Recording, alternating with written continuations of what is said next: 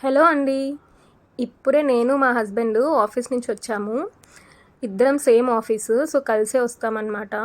ఇంట్లోకి రాగానే ఇలా బాల్కనీ ఓపెన్ చేసి ఒకసారి ప్లాంట్స్, ఆ వ్యూ చూస్తే చాలా ప్రశాంతంగా అనిపిస్తుంది. ఫుల్ ఆకలేస్తుందండి. సో, సాలిడ్‌గా రైస్, కర్రీ చేసుకుందామని డిసైడ్ అయిపోయాము. సో, మా హస్బెండ్ రైస్ పెట్టేశారనమాట. నేనేమో తోటకూర పులుసు కూర చేద్దామని డిసైడ్ అయ్యాను. ఇక్కడ చూసారా ఆకులు బ్యాంకాక్‌లో తోటకూరవి ఇంత పెద్దగా ఉంటాయండి. ఆల్రెడీ బ్యాంకాక్‌లో దొరికే డిఫరెంట్ వెజిటబుల్స్ గురించి వీడియో చేశాను. చూడకపోతే చూసేయండి.